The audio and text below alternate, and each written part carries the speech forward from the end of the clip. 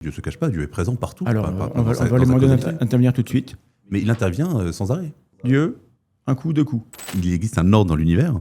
Or, vu l'infinie diversité des choses qui existent, pour que les choses fonctionnent, soient organisées de cette façon, eh bien, il faut qu'il y ait une intelligence ordonnatrice. Pour prendre une comparaison qui évidemment n'est pas une preuve au sens strict, mais c'est pour illustrer le propos. Pour qu'une voiture fonctionne, il faut que les éléments dans leur diversité soient placés dans un certain ordre, c'est-à-dire en vue d'une certaine fin. Pour l'univers, on conclut de l'ordre existant dans l'univers qu'il existe une intelligence ordonnatrice de l'univers.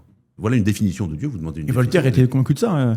Mais vous êtes incrédule devant ce qui se passe, c'est-à-dire que l'univers se présente à nos sens sous une certaine forme, on y distingue des régularités qu'on appelle ordre, et puisqu'on appelle ça ordre, on dit il faut que quelqu'un l'ait ordonné.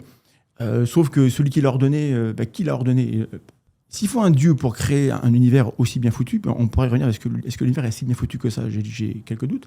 Mais Dieu lui-même, il est super ordonné, en fait. Il vient d'où?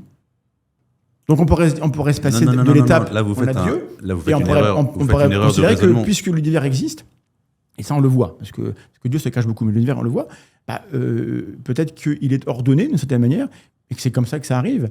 On n'a pas besoin de rajouter une hypothèse Dieu. Mais Non, Dieu se laisse connaître, vous dites il se cache, c'est pas vrai, Dieu se cache pas, Dieu est présent partout. Alors, on va les demander d'intervenir tout de suite.